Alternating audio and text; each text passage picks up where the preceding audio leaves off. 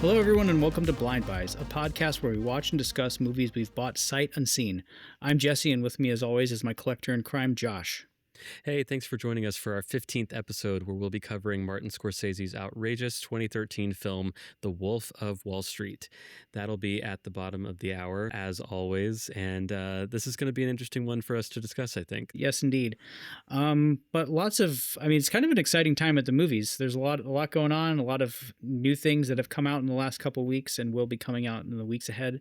So what's been good for you in the world of movies, Josh? I mean, I think the biggest thing out there right now is Christopher Nolan's The Odyssey. Have you had a chance to see it yet? I have. I was fortunate to catch it in 70 millimeter at SIFF's Seattle International Film Festival. Runs what was formerly known as the Cinerama and now is just the SIFF downtown. And thankfully, there weren't any issues with the projection, because I think about a quarter of their screening of this, not even the 70 mil, because there's no 70 millimeter IMAX here. You have to go up to Canada, is the closest place. Oh, wow. I think Vancouver, BC has 70 millimeter IMAX. So this is quote unquote just 70 millimeter, but please, people, see it any way you can. I know the premium formats are cool.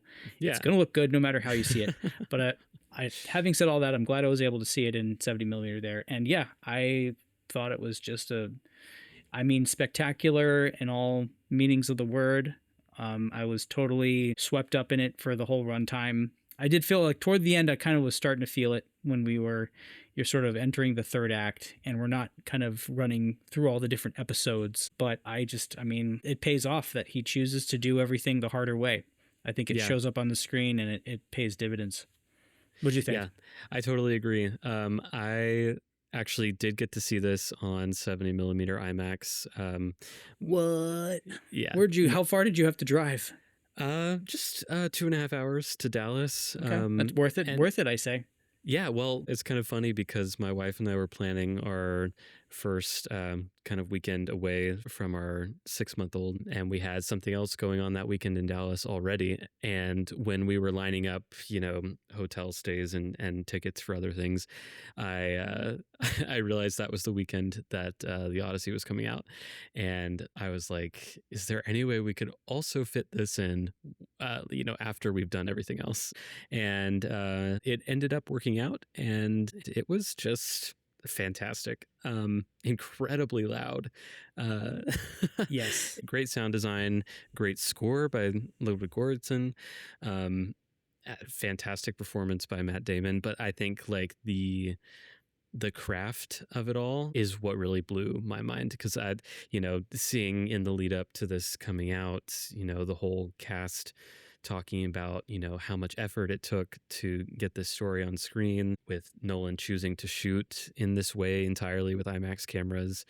Like you said, just intentionally doing everything the hard way, but it gives just unmatched results. And as an adaptation of the Odyssey, I was quite surprised at how, I've heard this said a lot from people who have seen it, who are well versed in the Odyssey, but just kind of how well it maps the timeline of the story and like the way events are related, and kind of how quickly some of these episodic type things are kind of speed run through like the narrative.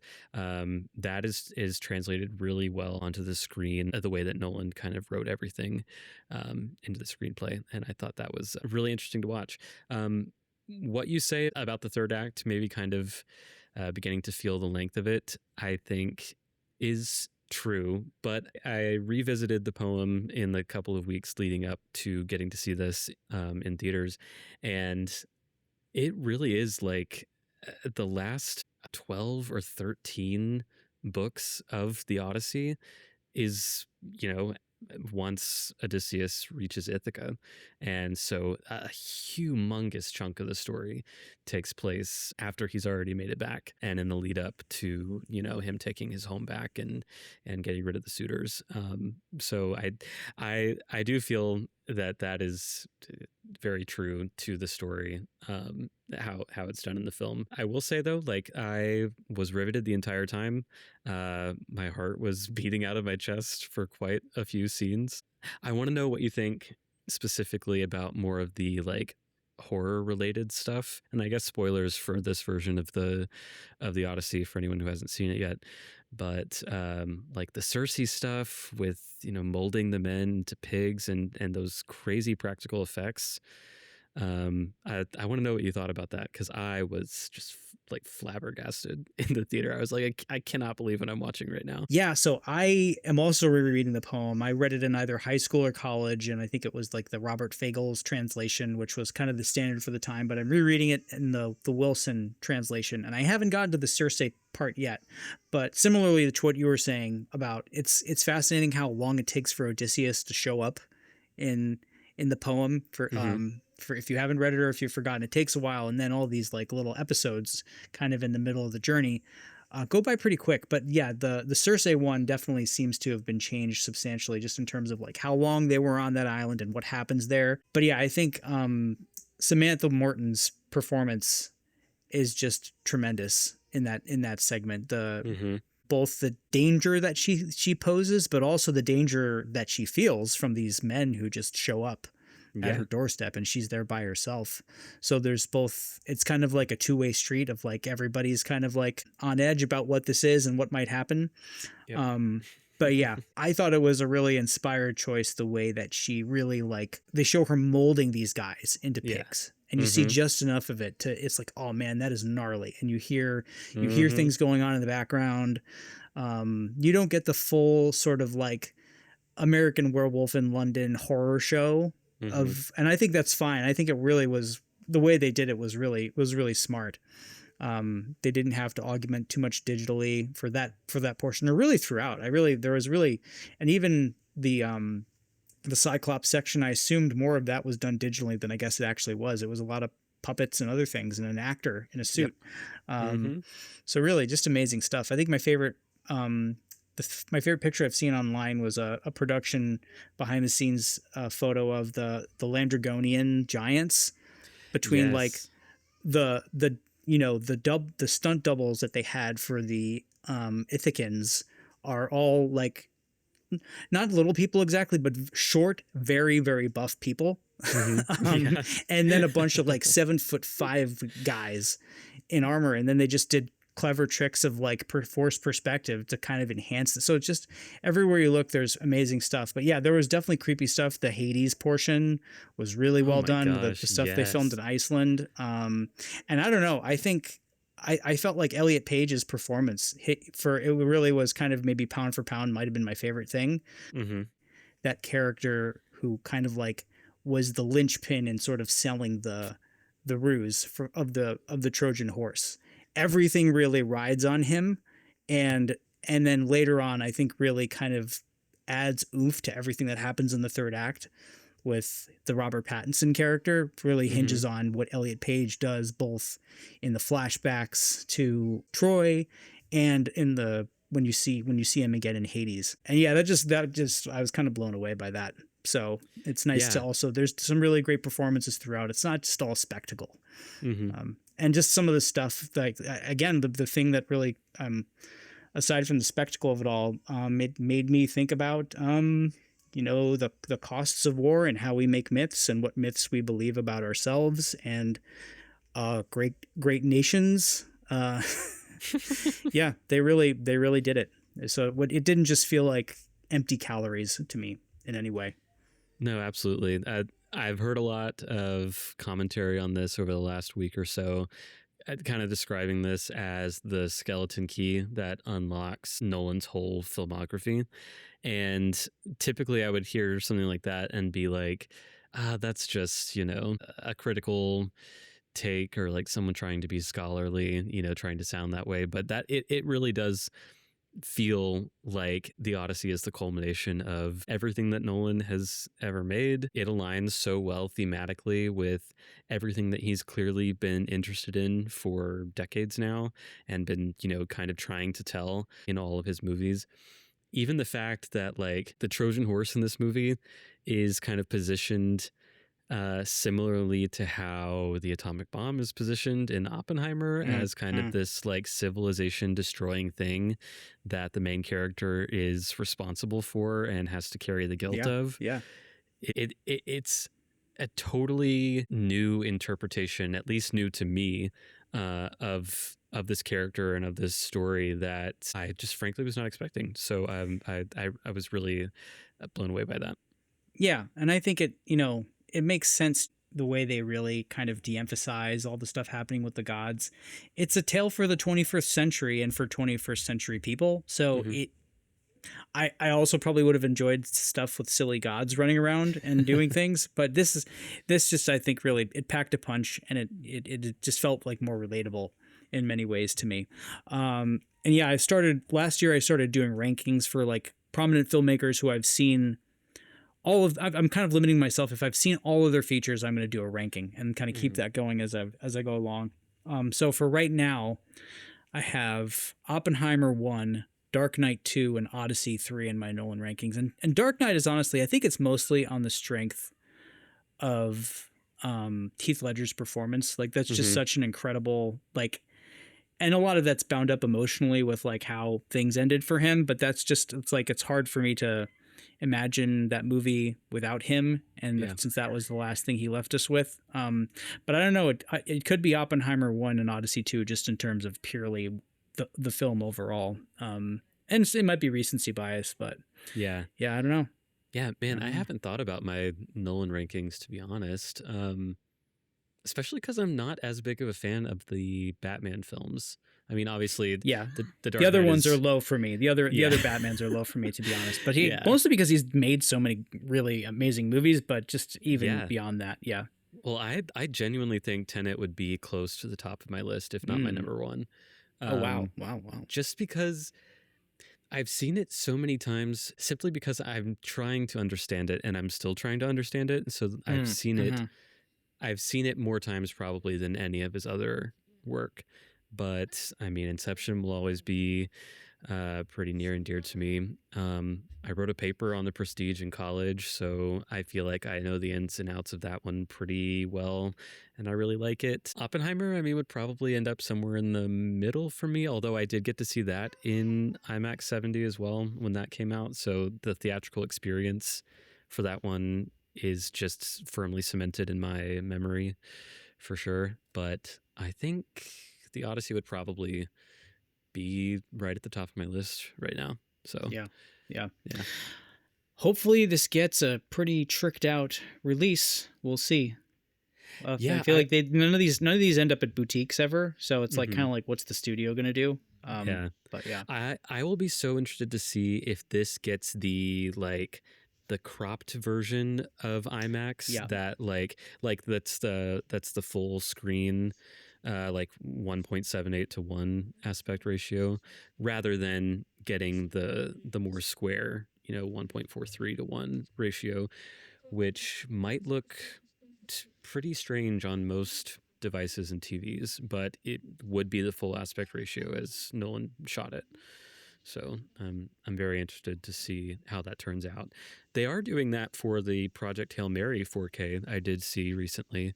They're right, they're yeah, they're doing true IMAX ratio on at least the Steelbook 4K, if not the standard 4K, for those certain scenes. But we'll see. I don't know. yeah. See, any other watches you wanted to highlight from the last couple weeks? I did watch The Hunchback of Notre Dame for the first time, the animated Disney version. Oh yeah, One of the few animated Disney films that I had yet to see, um, just because I didn't own this one as a kid mm-hmm. and never got around to watching it.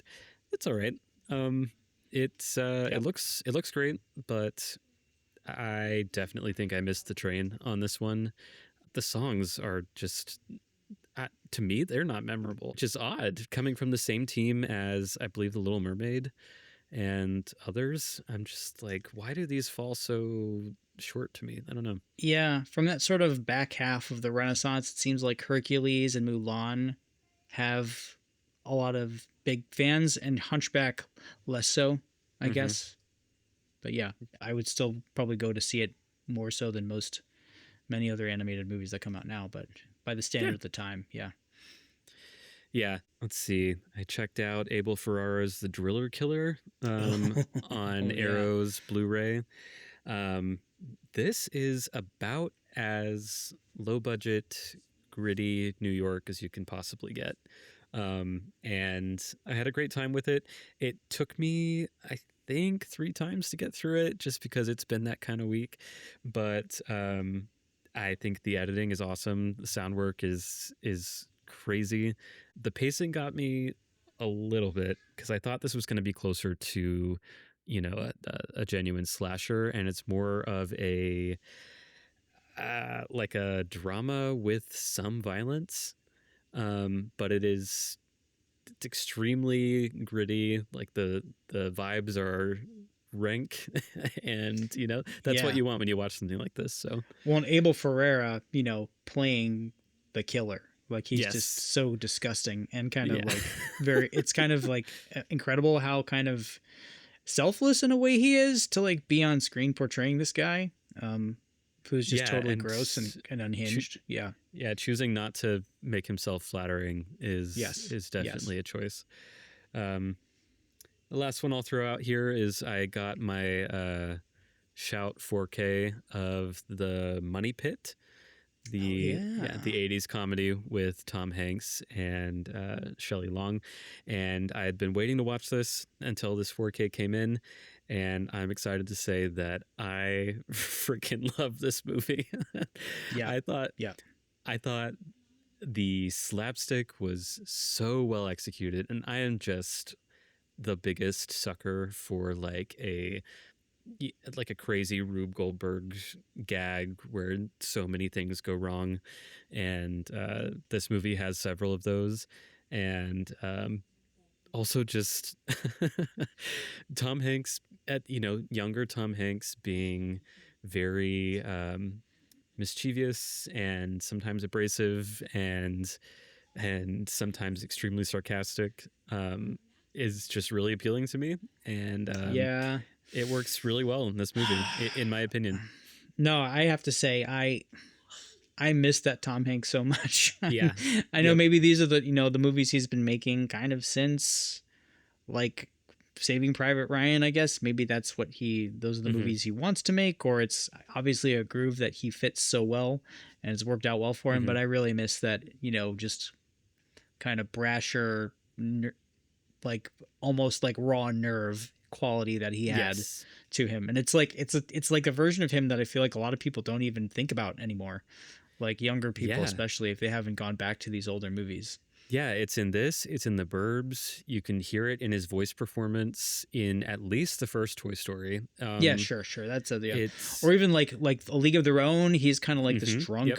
belligerent guy. Yeah, yeah, Yeah, so it definitely has an edge that he doesn't really seem to show in his performances anymore, and maybe that's a choice. Maybe that's just the project he's been picking. Who knows? But yeah, um, the Money Pit is just perfect for my money. yeah. Exactly what I was looking to watch. That's great. So yeah, That's a good like. I want you to turn off my brain and just laugh at things, which yes, some absolutely. weeks that's what it is. Cool. Yeah. What about you? Well, I have embarked with some people from the VHS Village 70 millimeter Discord. Some folks put together, which is very relevant to our interest here, a challenge centered around Radiance, the boutique label Radiance Films. Ah, yes. And so I don't do a lot of I do a my psychotronic challenge from Scarecrow around in around Halloween. I watch some movies for Noirvember. I don't really kind of map that out. I just kind of do it. So I don't Mm-hmm. do a lot of these challenges, but this one really would be a great opportunity for me to watch through my pile of Radiance discs. So I put together a list and I started down the road, and it's been a lot of fun so far. It's good to Radiance does such a good job.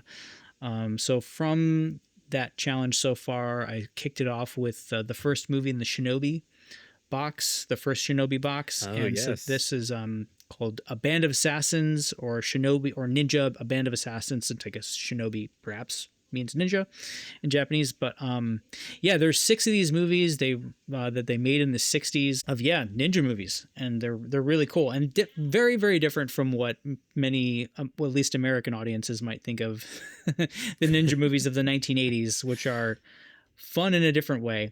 But these Yep. are like very much kind of like court intrigue. There's fighting for sure, but it's not like, we're not talking Shaw Brothers action here, but the central performance is really cool. The intrigues are really fun and twisty. And yeah, they're shot in black and white, and they just look really great on the Radiance disc. So I have the second box too. So that's 5 more of these that I can watch. So it was fun to finally dig into those, especially when I have a box that I haven't watched yet. It's like, it's good. I got to crack the seal on this and at least get some of these going. So yeah, the first Shinobi movie. And I also, I rented from Scarecrow Girl with Hyacinths, which is one of the prompts is watch something out of the World Noir box sets, which I have not bought those yet. Cause the first one, I slept on the first one, and now that's like, it's out of print. It's very expensive on the secondary market. But I rented one of the discs, and this is a Swedish. It's interesting that they put a noir box, but I think it really fits because it's almost more like the way it's structured, like a Citizen Kane style mystery, where this guy is going around trying to learn more about this young neighbor of his who commits suicide in the opening of the film, and she's left him her possessions. So he doesn't know much about her. So he's trying to piece together things about her life, who she was, why she did what she did, and just really kind of deeply melancholy story that I really enjoyed and was kind of cool to meditate on it as a noir. And it made me wonder what other types of noirs might be out there that aren't your standard like insurance scams or other, I have a gambling debt or whatever. This was a kind of an interesting recontextualization of noir, and I'd be fascinated to look into some of the other ones because I think they're now up to like 5 at least announced box sets. The fifth one is coming out here in, I want to say September. I'll have to check that, but yeah. So I at least need to look into the rest of these to see what other takes there might be. Because again, just also the whole conceit, sort of like the Severin folk horror box sets have expanded to such an international focus. It's cool to see how all these other international cinemas have done their takes on what are traditionally seen as super American, I guess, genres. So Girl with Hyacinths was good. Last one, I'm starting to watch some, go back and watch some Sam Neill flicks. And I think I mentioned last time that I had intended to do that. And I watched Dead Calm, 1989's Dead Calm, with Sam Neill, Nicole Kidman, and Billy Zane. And it is just a solid, again, talk about like a movie shot on the water. Most of this shot on a sailboat at sea, seemingly. Again, I'm sure with some tank work, but it's just like a tight as you could want thriller with 3 people. For most of it, only 2 people on a boat. And just the performances, all 3 of the performances just had me. And I don't know, thrillers were just made differently in the 80s and 90s. It's one of those really, really comfort watches for me. I'd never seen this, but I was like, this is so good. Yeah, it looks like this is on Tubi. I think I'm going to have to check this out. Yeah, and Canopy I think too. it's worth it. Because this was kind of like right when Nicole Kidman was sort of like, this was like, I think one of her breakout roles, like beyond some of the stuff she did in Australia. She kind of carries this movie, and you can tell like if you were watching this in 1989, you could probably tell like something like great things were about to happen with her. And really good. Highly recommended. Yeah. Awesome. And Sam Neill is great too, as he always was. And Billy Zane is totally unhinged. A fun watch if you love a thriller. And it's on Tubi, it's on Canopy. Awesome. So I think this one, it needs there might be an old Blu-ray. I think I watched a DVD, but hopefully a 4K comes. I think it's worthy of it. So. Yeah. All right. That wraps up what we've been watching since last episode. So let's roll now into Coming Soon to Own. Coming soon to own on video and DVD. As always, this is the part of the show where we each bring a couple of newly announced physical media releases to discuss. These are things that are piquing our interest at the moment, things that might be coming soon for us to own, to add to our collections. So, Jesse, you want to go first? What do you got? Yeah, as always, the sun rises and sets, and the announcements keep coming, including as recently as yesterday. Umbrella announced a huge box set. It's going to be Alejandro Jodorowsky's collector's edition. And this is a how many discs is this? Many discs. I'm It's seeing massive, at least yeah. it's at least a dozen discs, and it includes a bunch. Well, he's not. It's interesting. He's not the most prolific filmmaker in terms of features, but it's got like all the big ones. So it's got Fondo Elise, El Topo, The Holy Mountain, Tusk, Santa Sangre, The Rainbow Thief, The Dance of Reality, Endless Poetry, Psycho Magic, A Healing Art, and as an interesting bonus, Jodorowsky's Dune. Not one of his films, but a fascinating documentary that I've seen about the version of Dune that he wanted to make. Mm-hmm. That never was made, but his production Bible survives, and there's images from that and stories from him and the people that he wanted to have make it a fascinating movie. So this is from Umbrella, and it says it's shipping only to Australia and New Zealand. I'm wondering whether Orbit or Diabolic or anybody's going to have it here as an import. I don't see it up there yet, and they usually pick those up pretty quick, so it could be hard to get this if you live in the Western Hemisphere. And either way, it's going to be expensive. So, yeah, Jodorowsky's somebody that he's a fascinating character, and probably a genius, like a crazy mad genius. I've seen El Topo and The Holy Mountain and Santa Sangre, and enjoy all those to varying degrees. I don't think I would, even if this came out in the US, I don't think I would pick this up, because honestly, I've tried to watch some of his later films that he made in like the 2010s, and I just found them very like challenging, to the point of like I didn't really know what to do with them. Which is true of his earlier films too. They're like very much art films. But I own Santa Sangre, and I really like that. I would like to own The Holy Mountain. So yeah, don't think this is one I would pick up, but I think he's definitely someone who you could spend a long time just watching all these movies and trying to figure out how his brain works, and have like your own little sort of classic film course in a box.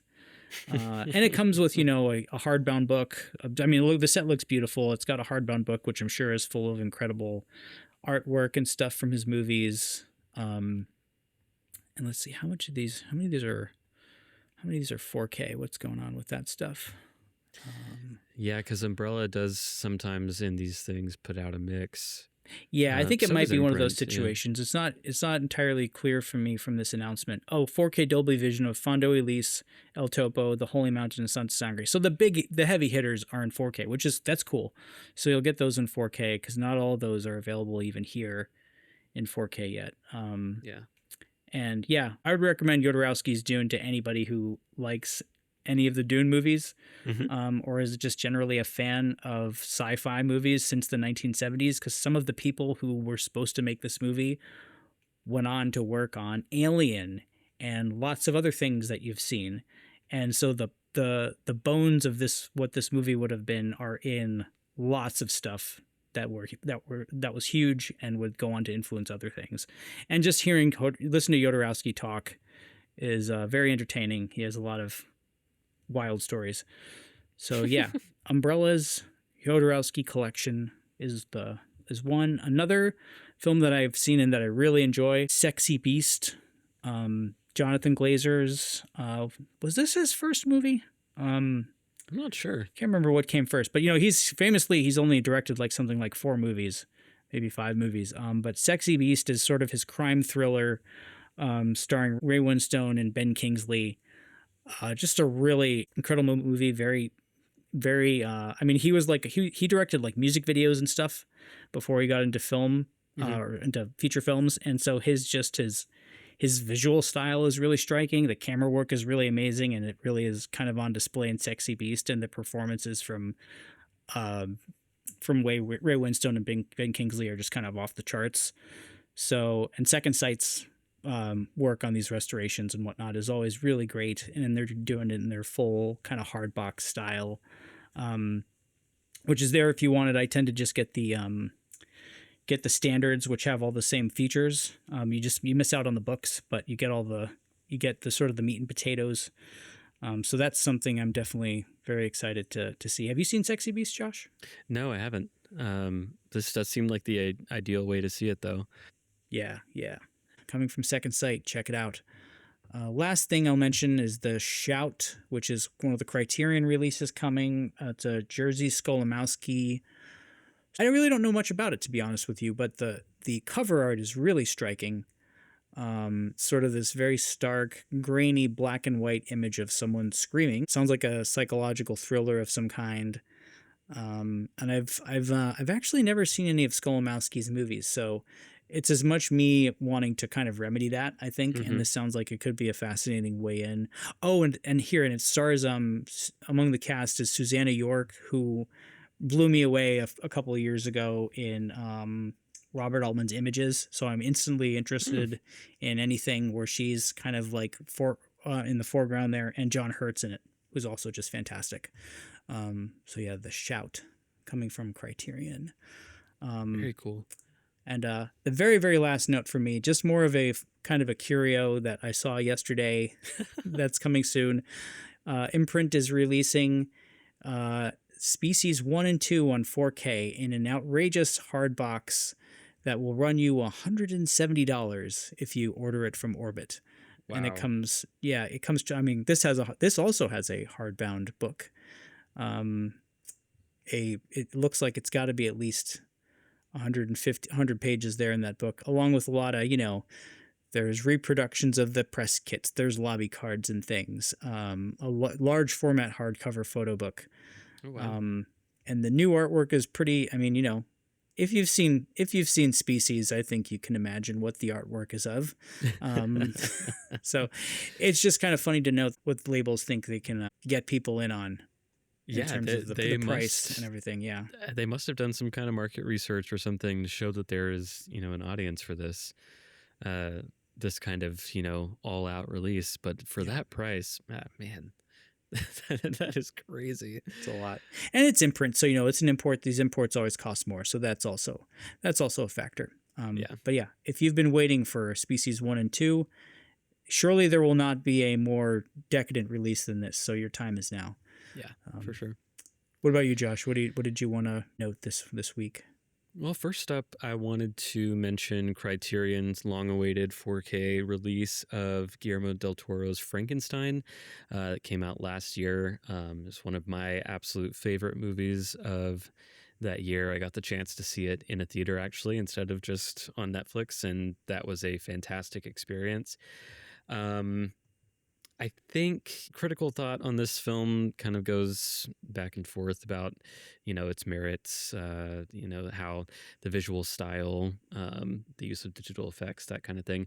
None of that bothered me at all. I thought this was a fantastic adaptation, much like Nolan's adaptation of the Odyssey. I think it brings a new perspective to this story, the story of Frankenstein, that I hadn't considered before. And the performances from Jacob Elordi and Oscar Isaac are just two of my favorite monster movie performances in recent memory. So this Criterion edition it's gorgeous looking, great new artwork.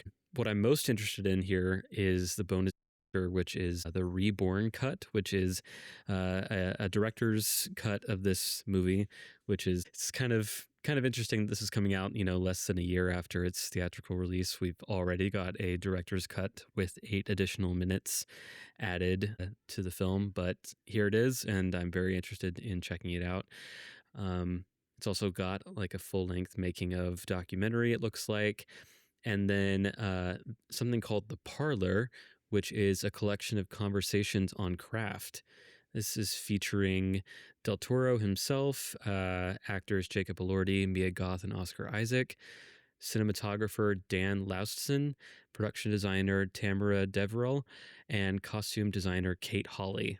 Oh, and creature designer Mike Hill. So I'm sure that set of discussions is going to be super insightful. And this is the kind of feature that I like to see on a Criterion release, especially for a movie where the craft of it is a lot of the point of the movie. So I'm very interested to check this out.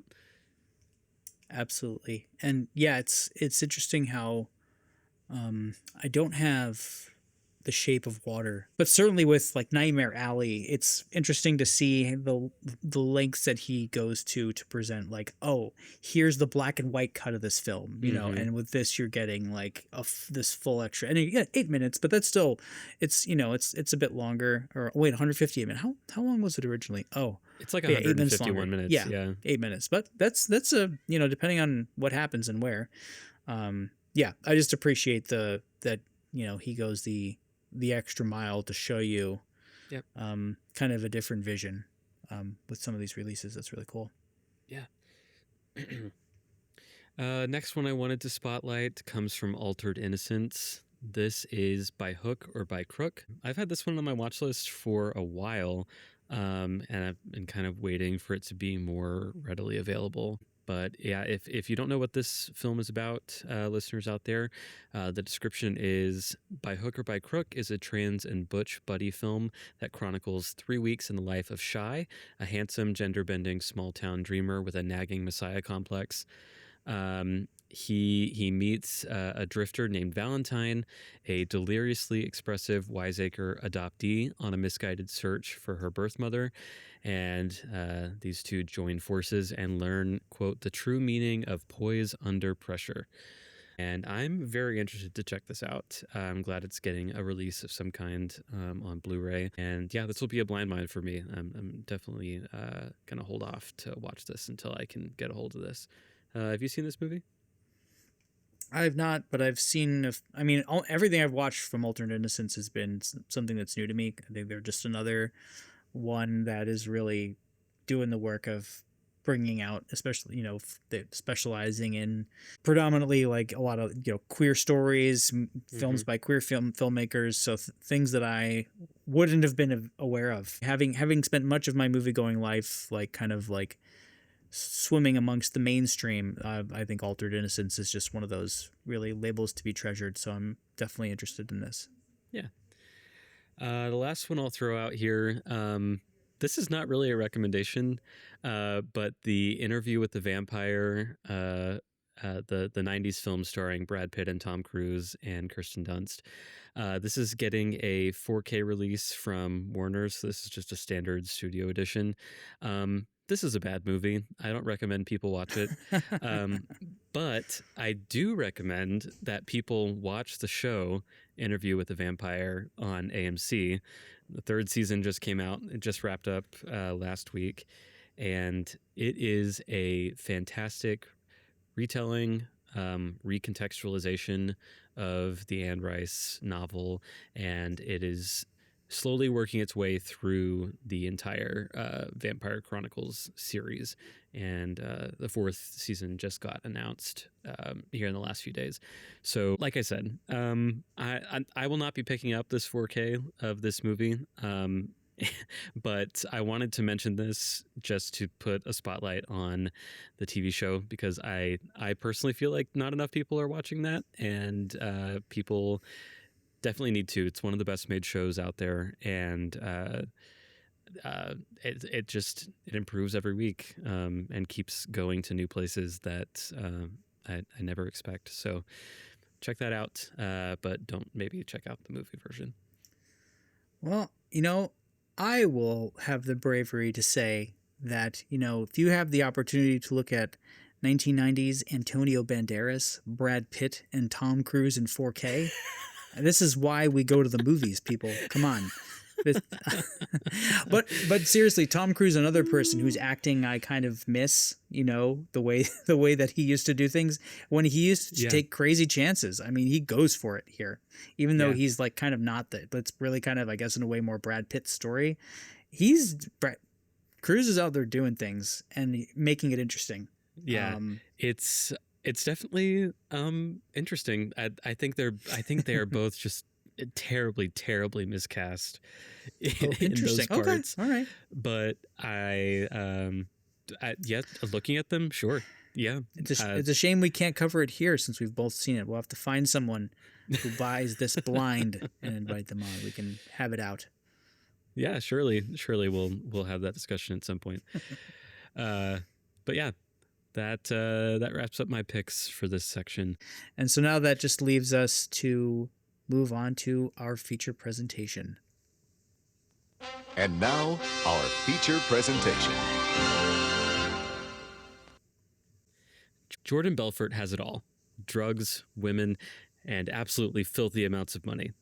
He made it all on the stock market, learning the tricks of the trade quite literally at a major Wall Street firm before discovering the untapped possibilities of penny stocks and striking out on his own to form Stratton Oakmont. For a while, things are heaven on earth. Jordan has ditched his wife for a lingerie designer. His life is one drug-fueled adrenaline high after another, and to his colleagues and employees, he's a god. But the party can only last so long before the FBI comes knocking. Can Jordan outrun the consequences of a career built on never taking no for an answer, or will the authorities finally capture that infamous twisted Robin Hood, the Wolf of Wall Street?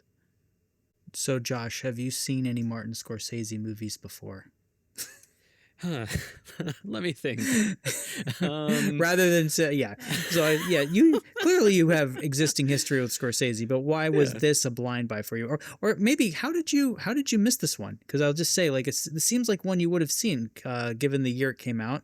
You're a younger man, but I think when this came out, you were probably already pretty knee deep in loving movies. Yeah.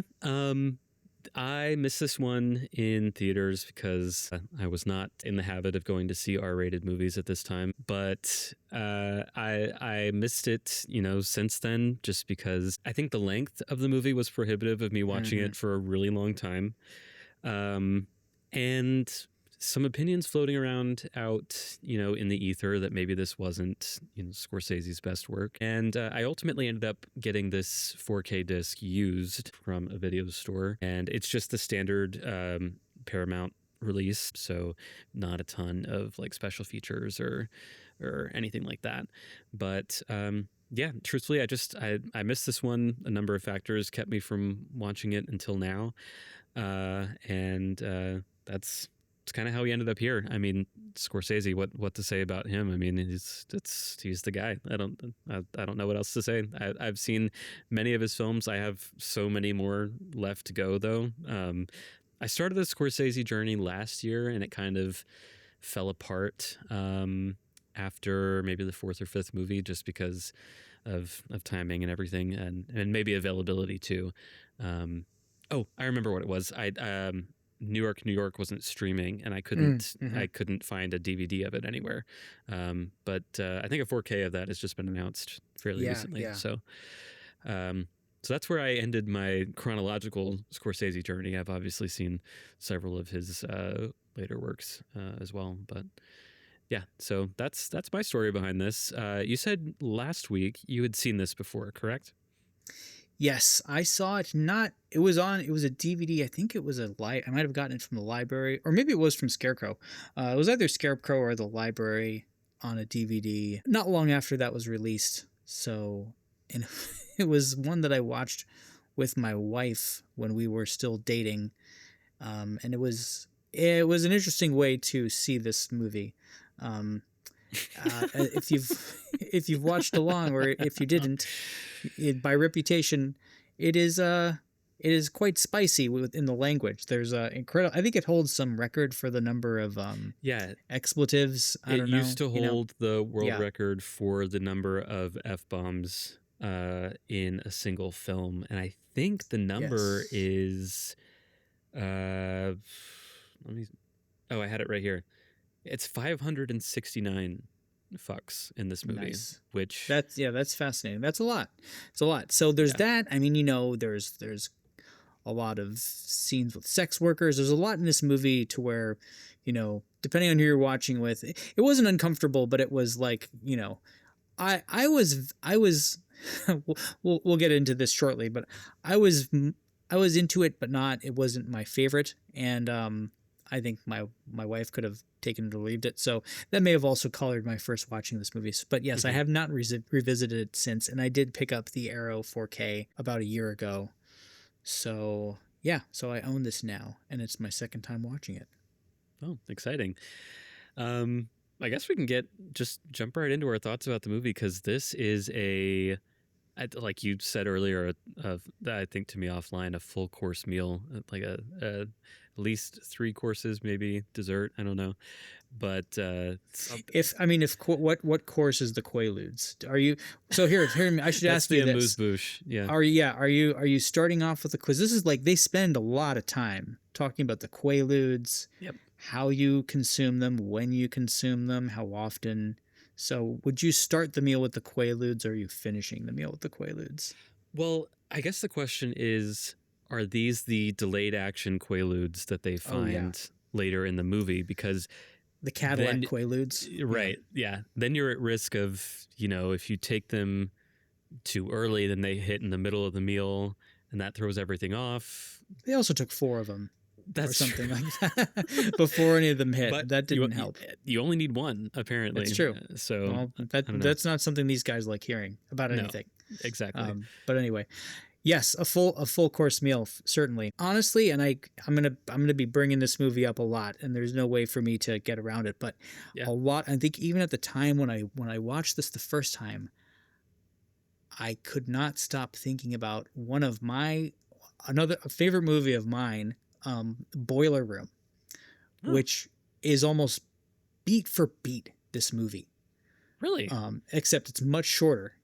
It's like 2 hours long. Yeah, Boiler Room. It's a 2000 from 2000 by Ben Younger, who kind of didn't make many movies after that, but it stars Giovanni Ribisi and Vin Diesel, another guy when he still acted and didn't just do the movies he does now. And they run a chop shop. They work in a chop shop, one of these penny stock sort of junk firms in Long Island. And yeah, it follows a similar. The central character does not come to run this place, but the guy at the top of it is very much in the Jordan Belfort mold. And I think Belfort was even being in the process of being convicted, maybe when the movie was made. I forget the timeline exactly, but these types of places were in the zeitgeist for sure. Yeah. And when the movie was made. And so it's hard for me I can't watch this movie and not compare it to this other film that I've seen before and that I love. And that just takes such a different approach to telling a similar story. Kind of in tone and how much extra stuff there is, the performances, the impact that it shows on the lives of the people who are being sold the junk, which I feel is one thing that is almost wholly absent from this movie. Oh yes, absolutely. The impact is like of all the terrible things these guys were doing. It's a lot of like kind of ogling the spectacle of their behavior and kind of how long is it going to take them before they look down and realize they've gone off the cliff and they just go tumbling down. So it will be hard apologies at the outset for how many times I may end up mentioning Boiler Room in this episode. So yeah, no, I need to add that to my watch list because that had never come across my radar before. So I'll be interested to visit it now that I've seen this. Yeah, it's got Ben Affleck as the guy who has sort of been in the game for a long time, who comes and tells them how to do this and does the sort of they watch a lot of, you see scenes from Glengarry Glen Ross and Wall Street ad nauseum throughout the movie, kind of like showing you like, this is who these guys are idolizing. And which I feel like now, I don't know.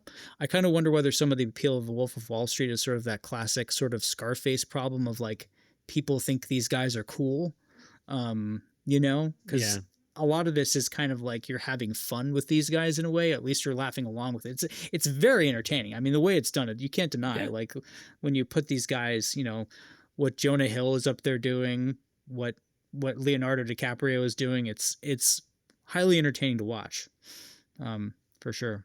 What did you think? Yeah, I agree that this is very entertaining. I think Leonardo DiCaprio's performance is one of my favorites of his, honestly. And he really makes the whole movie. Jonah Hill is much better than I was anticipating in this. I thought he was probably not going to be able to go toe-to-toe with Leo, but he does, and he's in a totally different register than him, I think, for the most part. So there's a really nice dynamic between the two of them. I do wonder, though, if this is one of Scorsese's sloppier movies. Mm. Um, and not just from a narrative sense, but also from like a craft sense, and like in the editing, like in the staging of scenes, the kind of haphazard use of music in some scenes, and like complete and total lack of music or like ambient sound in other scenes. It feels like an odd choice to me. There are some scenes in this movie, this happens multiple times, where it seems like they were maybe shooting coverage and were going to shoot next like an over the shoulder shot for a conversation, and like there's some kind of weird gap in the staging of the actors, or like dialogue is carrying over from another shot, but it's not consistent with how the actors are talking or moving. And it just like, it really jumps out at me that it's like some of these cuts are very strange to me. So I was kind of getting distracted by that a lot throughout the film. I think the CGI for like the helicopter and the yacht are extremely poor. Like they looked bad to me. And I don't know if that was just my tired During eyes. the storm scene. Yeah. There's even there's a crane shot at some point where like a whole group of people are dancing on the yacht, and it just looked like a green screen mess. Like I was very surprised. This did not live up to like what I think a Scorsese film, like from a craft level, would be, you know? Yeah, because it's sitting at a 4.0 on Letterboxd. Pretty, fairly high. If you sort by popularity, this is at the top. This is his most popular. I mean, this, according to Letterboxd, this is the top spot, and then Shutter Island, so that's kind of strange also. Then Taxi Driver, then Goodfellas, sorted by popularity on Letterboxd, whatever that means. I think it's an amalgam between ratings, how many people have watched it, and some other stuff. For me, this one, between the, my thoughts about, having seen this other movie, but also it just feels like he's kind of playing the hits in terms of, this feels like it's Goodfellas except about finance and centering around this guy, even down to how it's you're hearing him tell his story, presumably while he's in prison or something like that, and you're gonna hear his side, and it's kind of funny how they don't really. I thought they might do more of this, or I guess you could. Well, I guess there's at least one example later in the movie where he was doing this, but like, kind of, remember at the beginning he says like his Ferrari was red. He's like, no, it wasn't red, it was white, and then it changes like instant, like in the frame. I was like, oh, this is cool. So we're kind of like playing with memory and recall. But I feel like that only happens one other time, which is when he realizes that he did crash his car on the way back. Exactly. And even that was because clearly he was so drugged up, he just didn't realize what had happened. But I kind of it's funny because I totally forgot that piece from the first watch, but I found myself waiting to see, is there going to be more stuff where we're kind of left to wonder how much of what he's saying is true. And I guess you could go back and do a closer reading and find plenty of examples of that. I almost feel like that would have been a more interesting way to do this, but as it is, it kind of felt like I feel like I've seen this with Goodfellas, and the way, I mean, I don't think I don't need characters in movies to be redeemed or to be likable or to be nice, but just something about the way in Goodfellas, where you really see the impact of what these guys do to each other and to other people. You get flashes of that here, like we see him, Jordan, multiple times. I mean, just beating up his wife, so but I feel like that's about as stark as we get of like how, kind of awful these guys were. And otherwise it's kind of like, well, it seems like they're having a great time doing all this terrible stuff. And to your point about the similarities to Goodfellas, the potential that's there for this story to have played more with his memory, and the kind of like the untrustworthy narrator kind of thing. I think using his like internal monologue or voiceover could have been used to accomplish a lot of that better than it is in this film, because as it is, the internal monologue and narration just it kind of ended up pissing me off. Like throughout the whole film, I was like, if we're not going to do anything like substantial with this, like this narration is just going to be here laid on top of scenes where it's absolutely not necessary. Uh, why are we doing this? And narration like this does tend to bug me in movies. And it's probably just something I need to to look inward and see why I dislike it so much.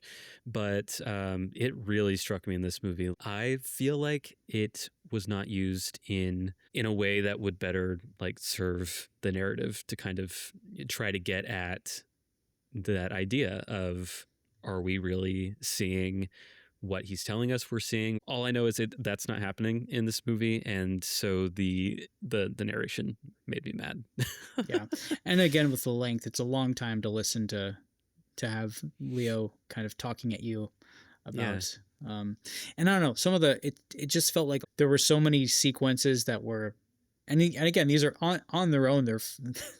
They're very funny in how they're written and how they're staged, and just some of the outrageous stuff that happens. Mm-hmm. But the number of like debauched Quaalude party sequences that we see by like the third or fourth one, they're like, yep, these guys sure did Quaaludes and prostitutes. So toward the end, I was like, yep, we're doing this again. Another one. Yeah, he's relapsing. Yep. So yeah, I felt the length in that way sometimes. But again, this is a very, I mean, yeah, it's the way everything is, it's very snappy. There's just a lot of unbelievable stuff that happens. I mean, this is one of those movies that I feel has been gifed to infinity. Like, but I'd forgotten like the context of some of them, like the McConaughey, you got to pump up those numbers. I forgot what he was those talking are rookie about. Numbers. Yeah. Yeah. He was talking about pumping it, that's what that's about. And I forgot that he's basically just in it for like 2 scenes at the beginning. And then he disappeared. I thought he was going to be in way more of this, which is fine. It's fine for characters like that to be interesting, interesting spice kind of deployed. But I also thought like Margot Robbie, I mean, this was basically she'd done a handful of things for, on the big screen before this, but this was like, I think the world's introduction to her. Yeah. Her breakthrough. She's incredible. She really, gives him the business when he needs it, and takes a lot of shit. And yeah, it's a really tremendous performance. So yeah, I think the performances in this movie are definitely worth talking about, because there are so many great kind of like one-shot performances in this. I mean, Leo obviously is giving this very debauched performance and has to commit to the drug-fueled sequences and all that stuff. And, Margot Robbie, of course, like you said, doing great things here. Jonah Hill, unexpectedly good throughout. But there's also like John Bernthal is here playing one of Jordan's childhood friends who's also a drug dealer. There's Rob Reiner playing Leo's dad. I completely forgot about him. Yeah. So when he showed up, I was like, what? Yeah. Yep. Jon Favreau playing kind of like a security guy in a couple of scenes, which is really surprising, especially because he had already done a couple Iron Men at this point, so to see him acting here was pretty interesting. Kristen Milioti, who I didn't know who she was at the time, but yeah, when this time, that was another one. I was like, oh, right. Yeah, and she is another one of those characters that just disappears after the story gets what it needs from her, which I was personally disappointed in, because I love watching her act, and I think she is so underused in basically everything she's ever been in, which really sucks. She's got to get some bigger work out there. Someone's got to cast her in something. But I know she did The Penguin recently, but I mean, come on, please Hollywood people out there listening to me, give Kristen Milioti something to do. Yeah. Um, And she is one of those points where you do see, like, the I feel like it plays out more in his personal life, I suppose, rather than like the scope of their, how they were, basically stealing these monies, at least from the beginning, largely from people who were desperate to buy these penny stocks. I mean, they make a big point later about how we're really gonna make money when we start targeting people who should know better, and that's when they start making all the money. But it does play out more in his personal life with, how his episodes, I mean, he he tries to drive off with his child in the Ferrari when he has that really, later on in the movie, and you do see the, the hurt, the pain. I don't think he had any kids with the first wife, at least not as it was that we're told here. Right. But yeah, you do see when he two with Margot Robbie's character. Yes, once he gets eyes for Margot Robbie, you can see, like, clearly this guy is just it's totally all about him, and whatever carnal desire he's chasing in the moment, he really just doesn't care anymore. And there is a bit of an arc for him, I guess, because at the beginning he doesn't start off that way. It's not until he starts seeing, all the wonderful things that can come your way once you stop caring about how you're making the money, and you see that the rules are kind of bullshit anyway. And you say, like, oh, there's all this money waiting out there to be taken. Why don't you take it? Yep. I think it's interesting that we get to see, like, in the first couple scenes in the movie, we see Leo watching Matthew McConaughey in the bullpen of the Wall Street firm that he gets his first job at. And seeing him get so intoxicated by all the goings on kind of right away, and then getting that lunch scene with McConaughey where he really learns the ins and outs of, how to make money this way.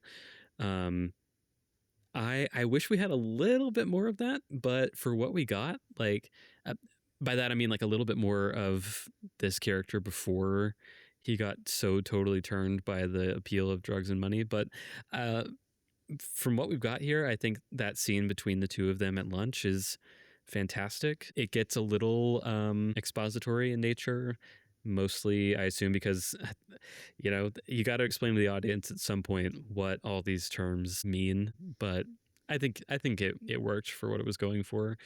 And when I stopped taking notes, I think within the first hour, just because there was so much going on, and how late it was.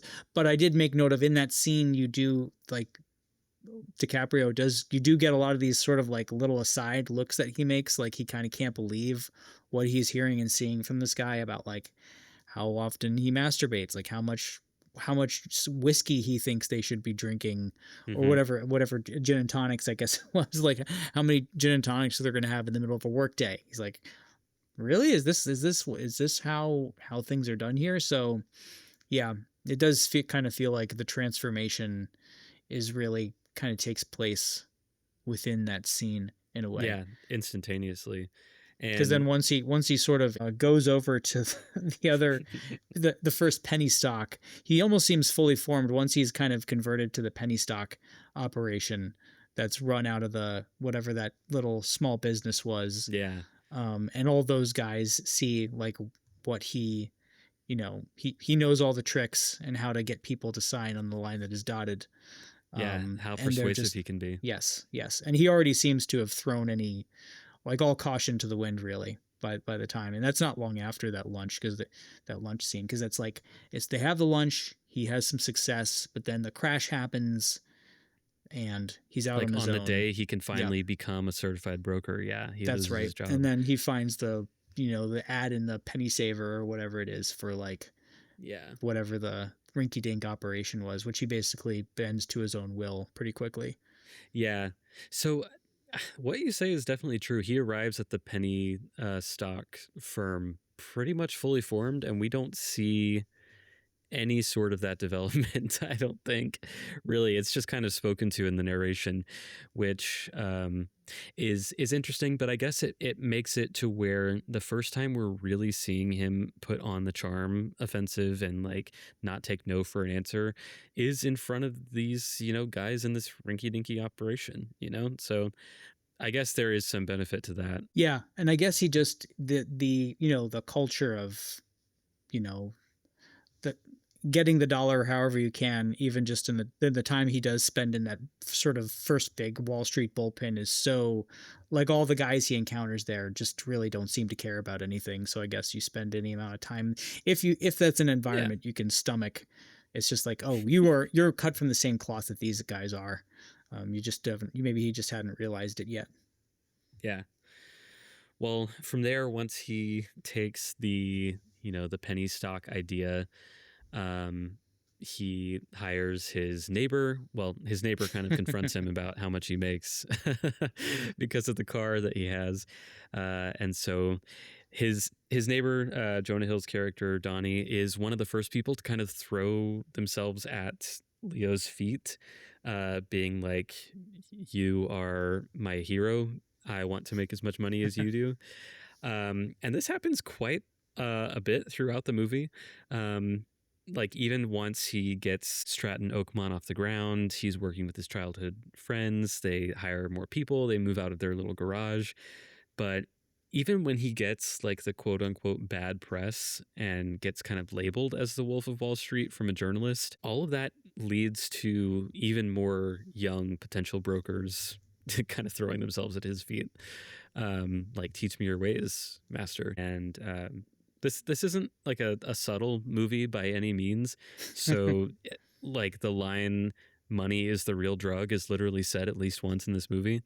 And so that's the appeal that these characters are after. Of course, actual drugs as well, at some point, but Yes. But yeah, there's that. And then there's this idea of Leo.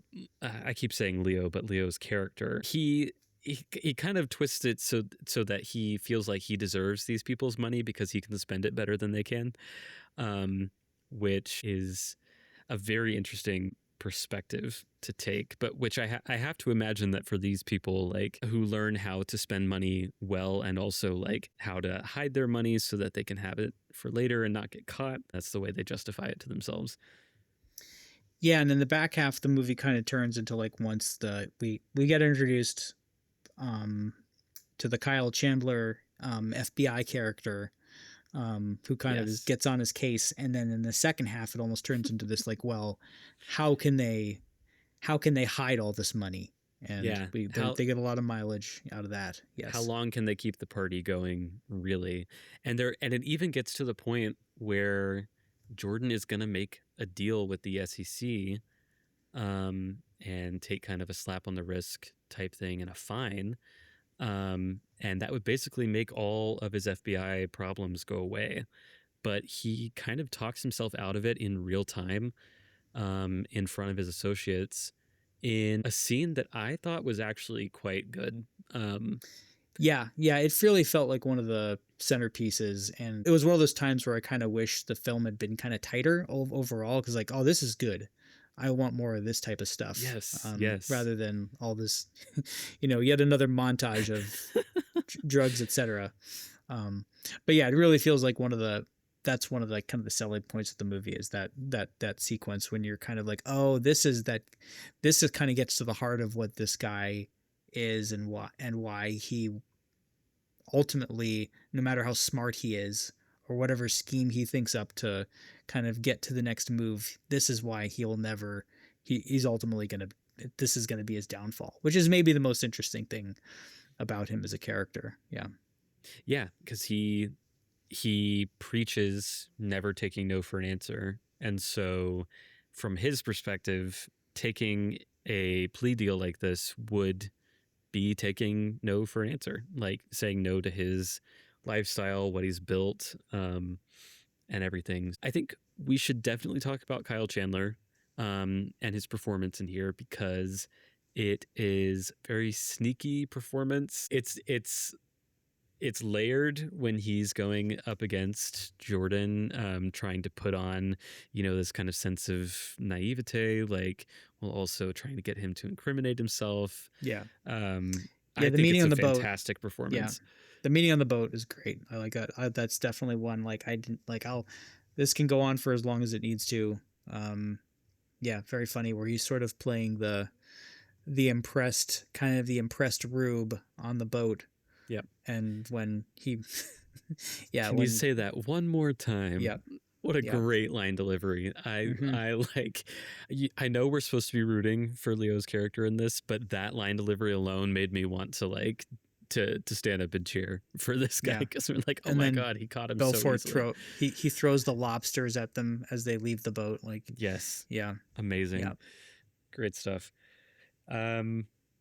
So yeah, we're kind of moving along through the plot here. Jordan and Donnie use their personal connection to Steve Madden, because Donnie went to high school with him, to get him to launch an IPO with their company. But the twist is that between the two of them, they own 85% of the Steve Madden stock. So when it goes live, they instantly make something like $22 million. And that is what really gets the FBI on their case. But that whole sequence, once they get the money again, there's more montages of sex and drugs and all of that good stuff. But that does eventually lead them to the need to hide their money in a Swiss bank account. And then we get this kind of almost Ocean's 11 style,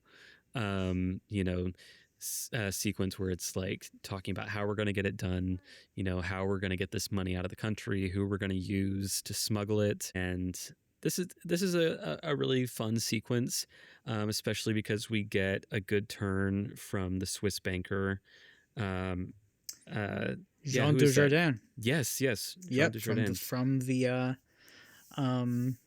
the silent movie, The Artist. Yeah, The Artist. Yep. Yeah. Was that right before? Was that right before or right after The Artist? I feel like this must have been right after. I bet it's like. Yeah. So The Artist came out in 2011, so I think would have gotten Best Picture in 2012. Yeah.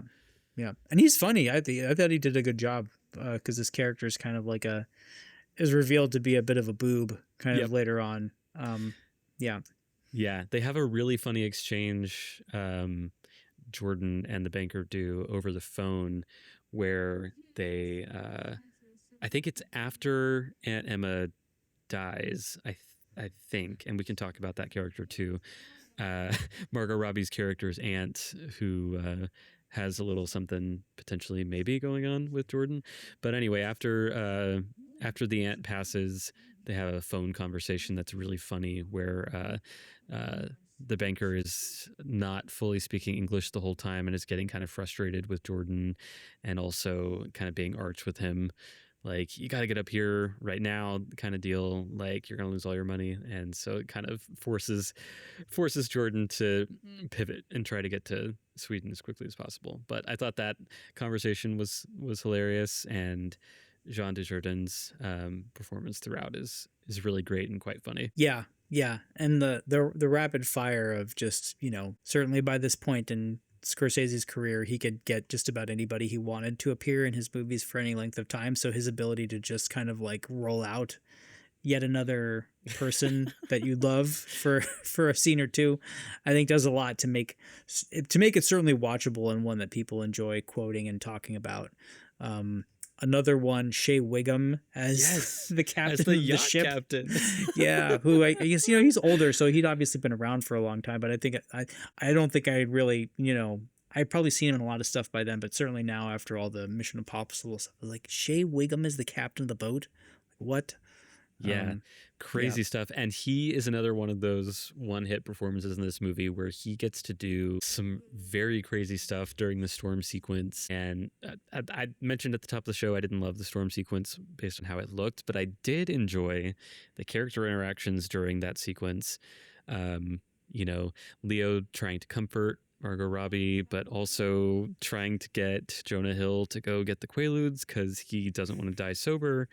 Kind of forcing the captain to keep going through the storm because he has to make it to Switzerland in time to do some account business, or else he's going to lose several $1 million. But Yeah, I found myself wondering, obviously the yacht sinks. What was the plus minus of getting to Switzerland to get the 20 million versus how much he lost on the yacht sinking? He probably still comes out ahead, but that was an expensive yacht. That was a big yacht. And the plane that was supposed to come to get them that was shot by that was struck by lightning. Yeah. So there's that expense too. Yeah, crazy. I don't know. Yeah, money in the bank. He was probably able to write. I'm sure he probably was able to write off the loss of the yacht in some way, as these rich people do. Yeah.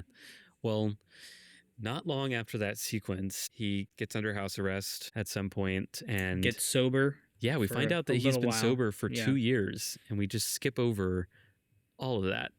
I would have loved to have seen like one scene in this movie like go full euphoria, and I want to know like what it was like for him having to come off of the Quaaludes and all the cocaine and alcohol and all of that. Like I kind of wanted to see what that experience was like, and that would have been like a fantastic time to use the voiceover to give us some of that information in more of an innovative way, and that didn't happen.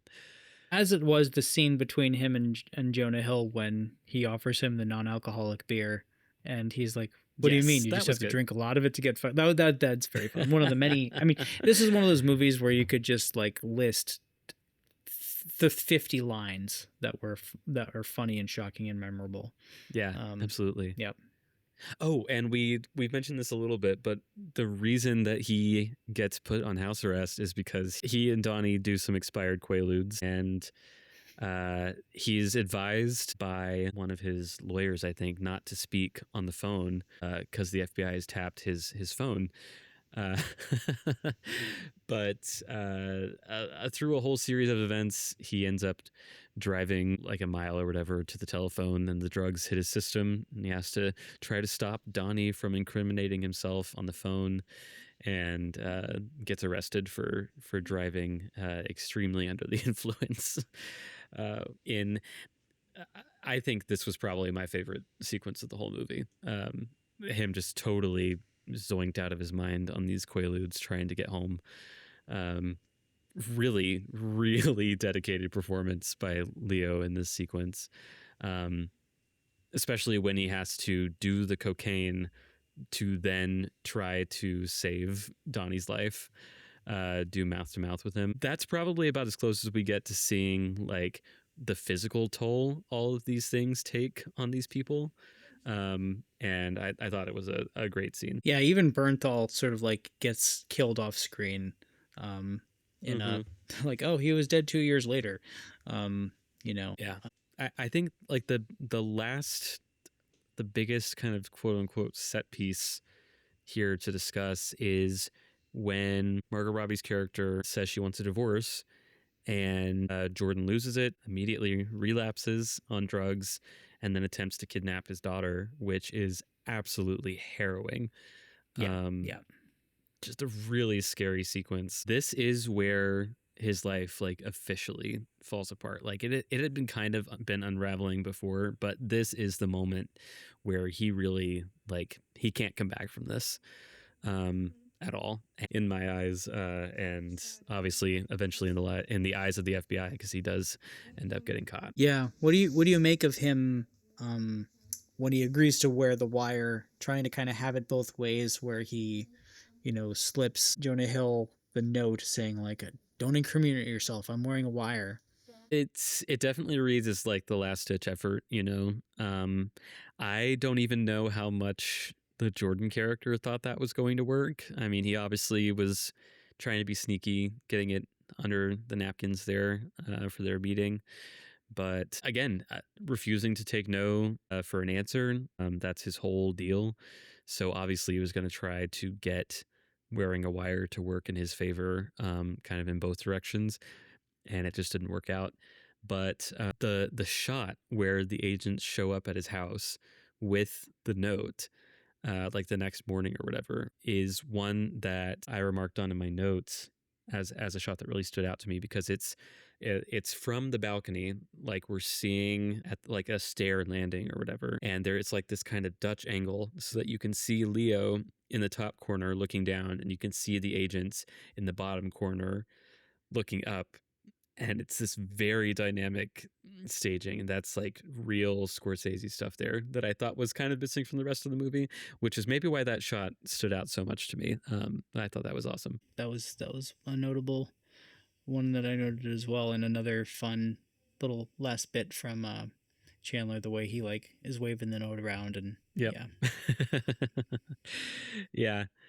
And by this point of the film, I think he's tried to kind of reinvent himself, Jordan has, as like a TV personality, selling like get rich quick tips, like a playbook that people can adopt. And that's kind of the note that we end the movie on, is that after he does his jail time, that's kind of all he has left, is kind of selling his wares, to people who want to make it rich like him. And the ending, like the final shot, is him trying to get someone to sell a pen, to demonstrate their ability to be persuasive and to sell. And the final shot kind of pans over to the audience watching Jordan, teaching them.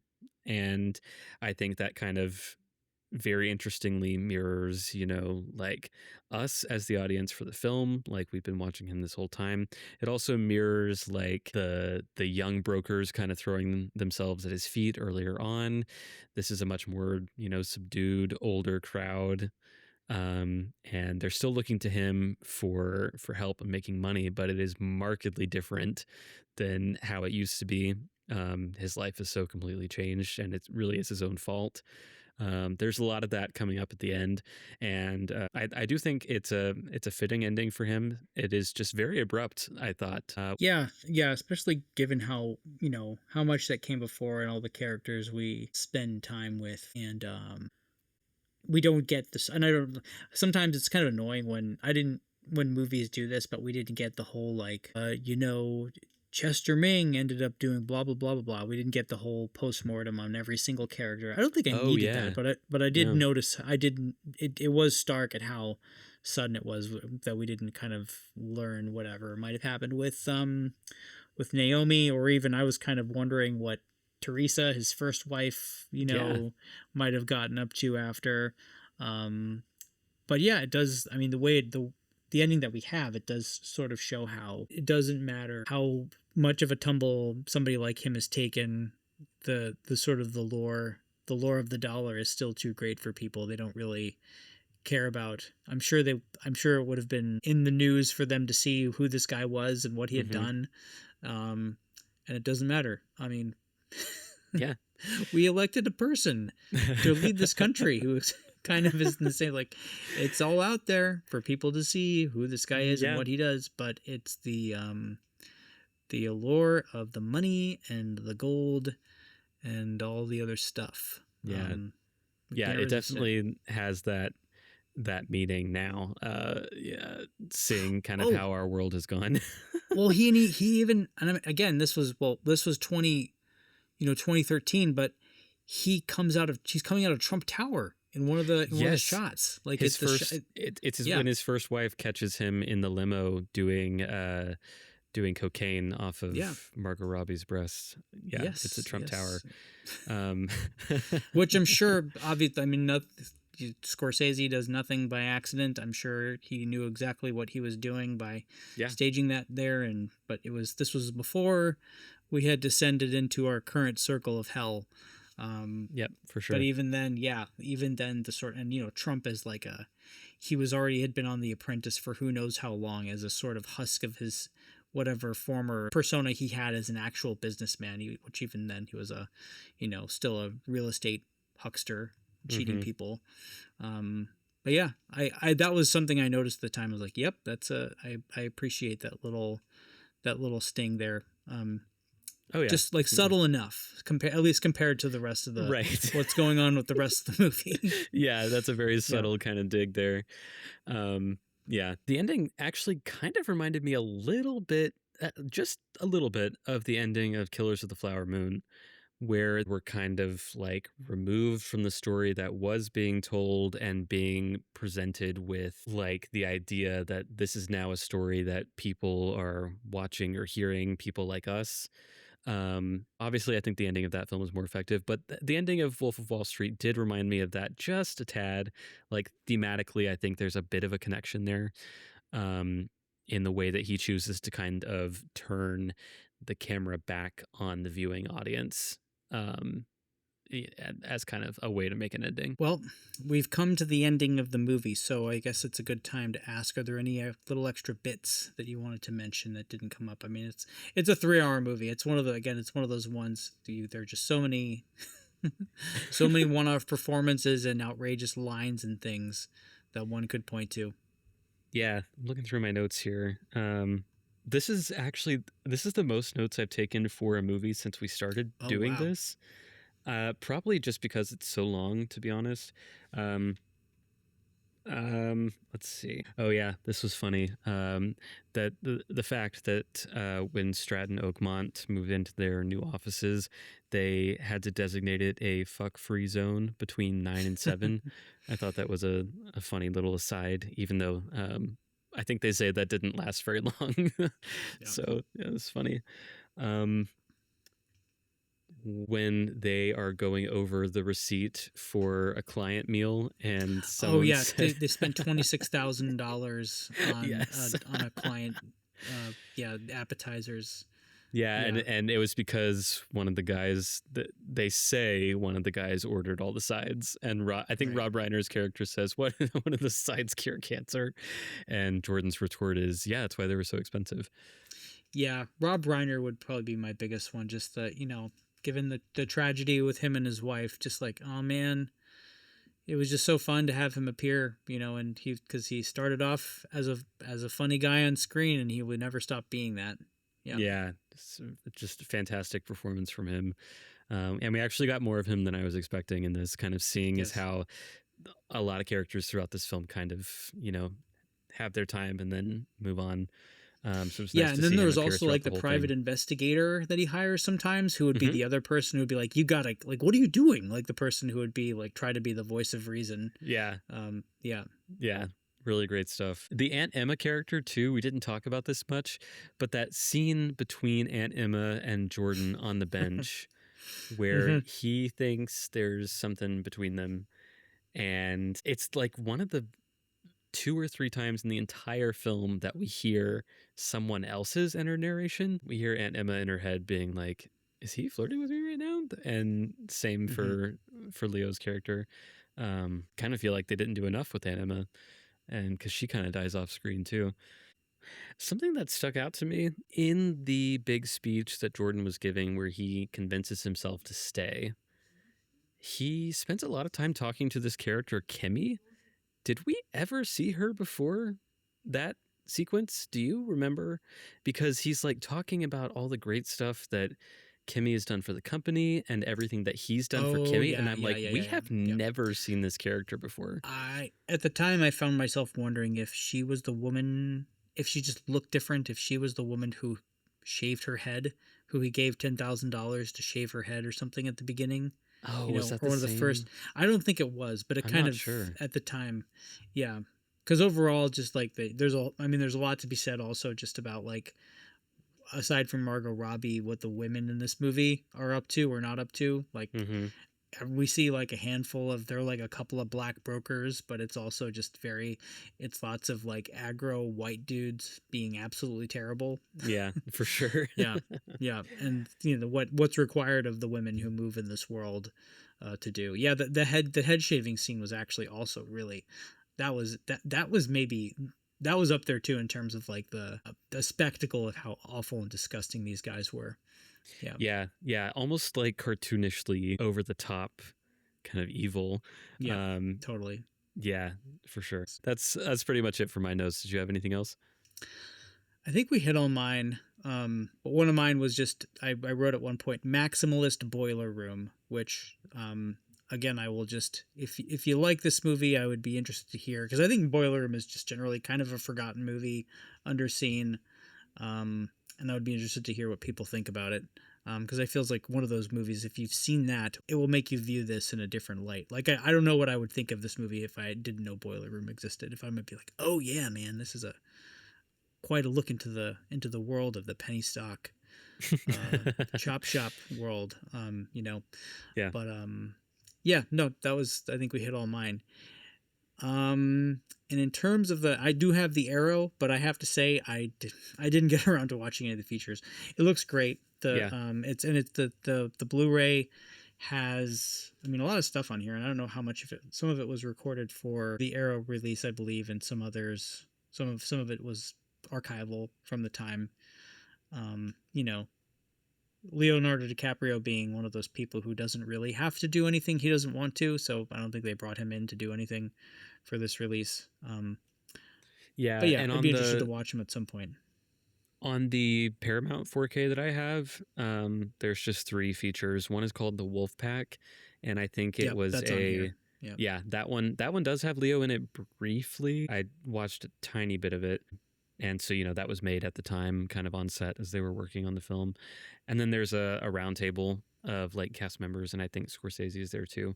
But yeah, not a ton on this release. This is, let me see, what year did this one come out? This is 2021.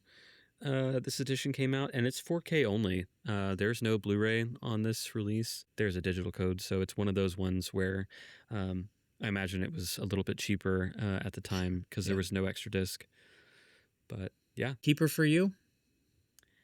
I think so, especially because I got this disc used. I feel less inclined to need to try to like resell it or anything. I will probably watch this again at some point in the future. I have my gripes with this movie. I feel like I've made clear during this discussion, but I really don't want to sound too negative because I was pretty entertained by this movie.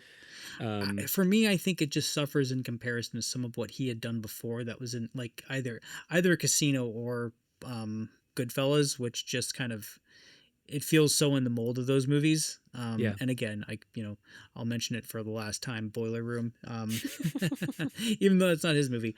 But yeah, it's for a 3-hour movie, it's highly watchable. So yeah, I'm not going to be passing on a Scorsese movie that I own. So yeah, Keeper for me. I have not yet done because I have a few notable blind spots in my, even latter day blind spots in my Scorsese filmography. So I have not done a Scorsese ranking yet. But I think this would be bottom third for me, mostly just because of how many amazing movies he's made. Still one that there's, if you like Scorsese, then it's kind of a can't miss. So yeah, I'm not sure much could knock After Hours out of my top spot for Scorsese's films, because I just love that movie so much. But truthfully, Alice Doesn't Live There Anymore is growing in my estimation. Like the more really good. More I read about it, the more I've thought about it. Now that it has a Criterion release too, like that is getting up there for me in terms of his feature work. All right, well, that wraps up our discussion of The Wolf of Wall Street.